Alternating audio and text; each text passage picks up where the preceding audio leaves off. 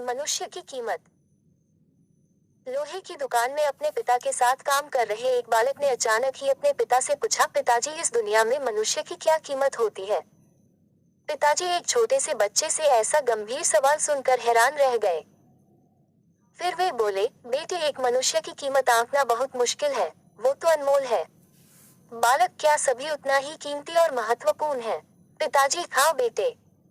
बालक कुछ समझा नहीं। उसने फिर सवाल किया, तो फिर इस दुनिया में कोई गरीब तो कोई अमीर क्यों है? किसी की कम रिस्पेक्ट तो किसी की ज्यादा क्यों होती है? सवाल सुनकर पिताजी कुछ देर तक शांत रहे और फिर बालक से स्टोर रूम में पड़ा एक लोहे का रॉड लाने को कहा। रॉड लाते ही पिताजी ने पूछा, इसकी क्या कीमत होगी? बालक, 200 रुपए। पिताजी, अगर मैं इसके बहुत से छोटे छठे की बना दूं तो इसकी क्या कीमत हो जाएगी?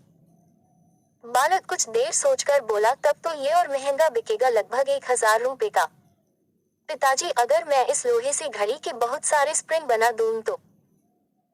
बालक कुछ देर गणना करता रहा और फिर एकदम से उत्साहित होकर बोला, तब तो इसकी कीमत बहुत ज्यादा हो जाएगी। फिर पिताजी उसे समझाते हुए बोले, ठीक इसी तरह मनुष्य की कीमत इसमें नहीं है कि अभी वो क्या है, बल्कि इसमें है कि वो अपने आप को क्या बना सकता है। बालक अपने पिता की बात समझ चुका था। फ्रेंड्स, अक्सर हम अपनी सही कीमत आंकने में गलती कर देते हैं।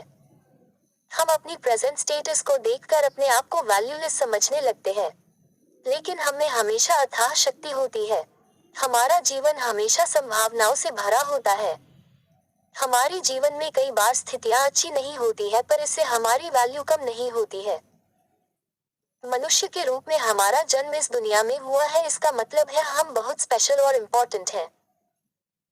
हमें हमेशा अपने आप को इम्प्रूव करते रहना चाहिए और अपनी सही कीमत प्राप्त करने की दिशा में बढ़ते रहना चाहिए। All the best.